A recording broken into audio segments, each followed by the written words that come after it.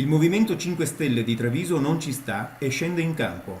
Questa volta il casus belli è l'ampliamento della BRAT, la biblioteca dei ragazzi a Treviso. Ecco cosa ci dice in merito Domenico Lo Sappio, attivista del Movimento 5 Stelle di Treviso. L'assessore Franchin ha ora annunciato che, a partire dal prossimo settembre, anche la rimanente parte della sala di consultazione e la seconda sala di lettura verranno destinati alla biblioteca dei ragazzi. Cosa encomiabile, se non fosse che gli spazi non ci sembrano adeguati a tale utenza.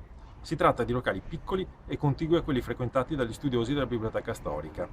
Una situazione non certo ottimale anche per gli studiosi, cui rimarranno a disposizione solo pochissimi posti nella sala riservata e che rischiano di essere messi nelle peggiori condizioni per lavorare e addirittura di non trovare sedere.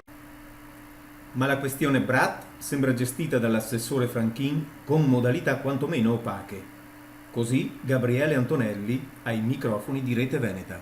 Settimana prossima depositeremo la raccolta firme in comune e porteremo avanti ancora con la nostra voce la battaglia.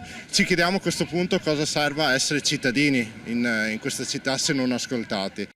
L'assessore Franchin ha incontrato i manifestanti promettendo che avrebbe cercato una soluzione al problema, ma a tutt'oggi non se ne sa nulla. A quando una risposta in merito? Ancora una volta l'attuale amministrazione si distingue per la mancanza di dialogo. Non ci risulta infatti che siano stati interpellati i frequentatori della biblioteca. Il Movimento 5 Stelle è stato sino ad oggi l'unica forza politica cittadina che ha alzato la voce contro il provvedimento dell'assessore Franchin. Sappiamo tuttavia che molti cittadini si stanno organizzando per contrastare tale provvedimento e noi saremo con loro.